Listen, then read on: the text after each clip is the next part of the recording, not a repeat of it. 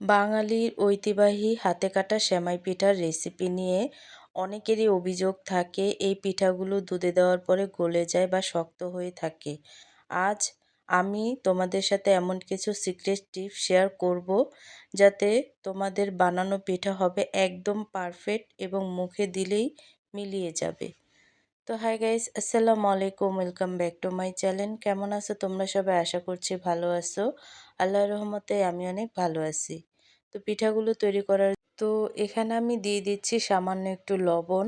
আর হ্যাঁ, আরেকটি কথা, সেমাই পিঠা তৈরির প্রধান শর্ত হলো চালের গুঁড়োর কাই বা খামিরটা যেন একদম নরম ও মসৃণ হয়। পানি ফুটন্ত অবস্থায় চালের গুঁড়ো দিয়ে ভালো করে নেড়েচেড়ে 5 মিনিট ঢেকে রাখবে। এরপর গরম থাকতেই খুব ভালোভাবে মথে নিতে হবে। ডোটা যত নরম হবে পিঠা কাটতে তত সুবিধা হবে। তো দেখো, আমি কিন্তু চালের গুঁড়াটা দিয়ে তারপরে কিন্তু 5 মিনিটের জন্য হালকা আঁচে ঢেকে রাখবো। তারপরে কিন্তু পানিটা ফুটে ওঠার পরেই কিন্তু আমি এই ডোটাকে একটু নাড়াচাড়া দিয়ে নেব। আর নাড়াচাড়া দিয়ে তারপরে কিন্তু চুলাটা অফ করে আবার 5 মিনিটের জন্য রেখে দেব। এতে দেখা গেছে কি, এই চালের গুঁড়াটা একেবারেই ভালোভাবে পারফেক্টলি সিদ্ধ হয়ে যায়।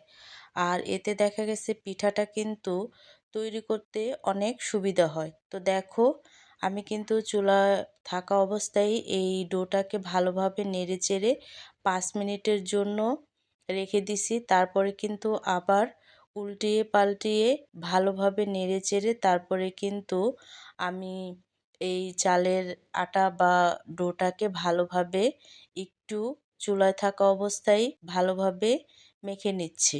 তো এভাবে করলে ডোটা অনেকটাই নরম এবং মসৃণ হয়। তো দেখো, আমি সম্পূর্ণ ডোটাকে কিন্তু একটা পাত্রে ঢেলে নিছি। নেওয়ার পরে গরম থাকা অবস্থায় কিন্তু আমি এই ডোটাকে ভালোভাবে ময়াম করে নেব। আর যতটা গরম থাকতে ময়াম করে নেবে এই ডোটা কিন্তু ততটাই ভালো হবে। তো দেখো, আমি কিন্তু ভালোভাবে ময়াম করে নিচ্ছি। তো গরম থাকতে খুব ভালোভাবে এই ডোটাকে ময়াম করে নিলে নরম হবে অনেকটা। আর পিঠাগুলো হবে একেবারেই নরম তুলতুলে। আর কাটতে হবে অনেকটা সুবিধা। তো দেখো, আমি কিন্তু 2 ভাগে ভাগ করে ভালোভাবে তারপরে কিন্তু আমি পিঠা তৈরি করার জন্য কিন্তু এখানে অল্প কিছু ডো নিয়ে নিছি। আর আজকে আমি 3ভাবে পিঠা তৈরি করে দেখাবো। তো আমাদের নানি দাদিদের হাতে যেভাবে পিঠাগুলো তৈরি করে আর সেই পিঠার তো কোনো তুলনাই হয় না। তো দেখো, এভাবে একটা দড়ির মতো করে তারপরে কিন্তু ছোট ছোট লেচি কেটে নিচ্ছি। আর লেচি কাটার পরেই কিন্তু দেখো, একটা করে ডলা দিলেই কিন্তু এই পিঠাগুলো খুব সহজে হয়ে যাচ্ছে। তো এইভাবে করে পিঠা কাটলে কিন্তু অনেকটা সুবিধা হয়। তো আমাদের নানি দাদিদের হাতে কিন্তু এইভাবে করেই কিন্তু পিঠাগুলো কেটে নিছে। তো এখনকার যুগে কিন্তু এইভাবে অনেকেই কাটে, আবার অনেকেই কাটে না। তো দেখো, আমি সম্পূর্ণ পিঠা কেটে নিছি। পিঠাগুলো কাটার পরে যেন একে অপরের সাথে লেগে না যায়, পিঠা কাটার সময় সামান্য শুকনো চালের গুঁড়া ছিটিয়ে দেবে। এতে একটি পিঠার সাথে অন্যটি লেগে যাবে না। তবে মনে রাখবে, অতিরিক্ত শুকনো গুঁড়ো দিবে না। আর আমি আরেকভাবে দেখাচ্ছি, আর সেটা হচ্ছে কেচি দিয়ে। তো কেচি দিয়ে তো দেখলে, আর এখন আমি ইউটিউব, ফেসবুক আর হচ্ছে টিকটকে অনেককেই দেখি যে এইভাবে করে পিঠা কাটে। তো একদমই কিন্তু ভালো আসে না, এটা পুরোই কিন্তু একটা বাজে অবস্থা। তো এটা এমনিই কিন্তু একেবারে গুঁড়ি গুঁড়ি হয়। তো পিঠাগুলো সম্পূর্ণ কাটার পরে কিন্তু এখানে আমি নিয়ে নিছি দুধ। আর দুধে দিয়ে দিছি সামান্য একটু লবণ। আর হচ্ছে দুধটা জাল করে নেওয়ার পরে দিয়ে দেব খেজুরের গুড়। তো গাইস, অনেক সময় দেখা যায় দুধের সাথে খেজুরের গুড় মেশানো দুধ ফেটে যায়। এটা এড়াতে হলে গুড় আলাদাভাবে অল্প পানিতে জাল দিয়ে একটি সিরাপ তৈরি করে নেবে। দুধ জাল দিয়ে ঘন হয়ে গেলে চুলা বন্ধ করে দিও। দুধের তাপমাত্রা একটু কমে গেলে তারপর গুড়ের সিরাপ মেশাও। এতে দুধ ফাটার কোনো ভয় থাকবে না। তো দুধ আর গুড় যদি ভালো থাকে তাহলে কিন্তু ফাটার ভয় থাকে না। তো দেখো এখানে কিন্তু আমি সম্পূর্ণ পিঠাটা তৈরি করে নিছি, একটার গায়ে একটা কিন্তু একেবারেই লেগে যাচ্ছে না। আর দেখো এখানে কিন্তু গুড়টা আমি জাল দিয়ে নিছি, ভালোভাবে কিন্তু এই শিরাটা আমি তৈরি করে নিছি। আর তৈরি করে নেওয়ার পরে কিন্তু আস্তে আস্তে আমি পিঠাগুলো ছেড়ে দেব। শিরাটা যখন ফুটে উঠবে তখন অল্প অল্প করে পিঠাগুলো ছাড়ো, একসাথে সব ঢেলে দিবে না। পিঠা দেওয়ার পর ৫-৭ মিনিট মাঝারি আঁচে রান্না করবে। যখন দেখবে পিঠাগুলো দুধের উপরে ভেসে উঠছে তখন বুঝবে পিঠা সিদ্ধ হয়ে গেছে। তো এই পর্যায়ে এসে হালকা পাতলা নাড়াচাড়া দিয়ে তারপরে কিন্তু পিঠাগুলোকে রান্না করে নেবে।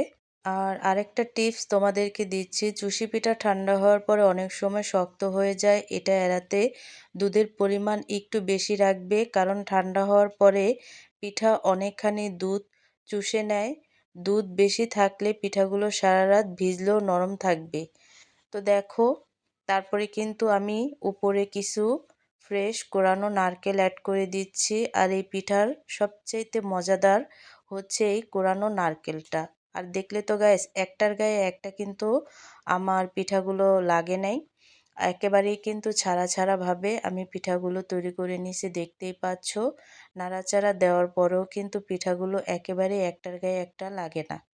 তো আমি একটু বেশি করে নারকেলটা দিয়ে নাড়াচাড়া দিয়ে নিচ্ছি। খেজুরের গুড়ের মিষ্টি রসের তুলনাহীন স্বাদ পাই। দুধের সাথে যখন মেশে গুড়ের সেই ঘ্রাণ, বাঙালির এই পিঠার স্বাদে জুড়িয়ে যায় প্রাণ। শীতের দিনে এই পিঠাটি থালায় যদি পড়ে, মিষ্টি সুখের পরম তবে পৌঁছে যাবে ঘরে।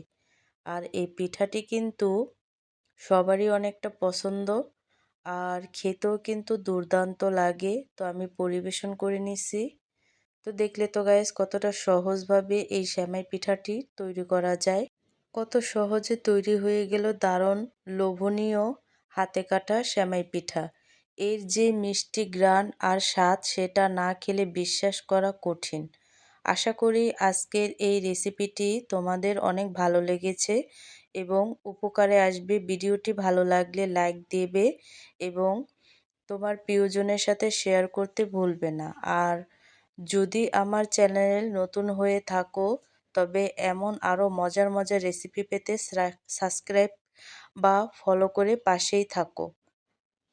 তো আজকের রেসিপিটি কেমন লাগছে অবশ্যই কমেন্টে জানাবে। তো অন্য কোনো রেসিপি নিয়ে তোমাদের মাঝে আবার চলে আসব। আজকে এই পর্যন্তই। সবাই সুস্থ থাকবে, ভালো থাকবে আর এই পিঠার টিপসগুলো অবশ্যই ফলো করবে। আল্লাহ হাফেজ।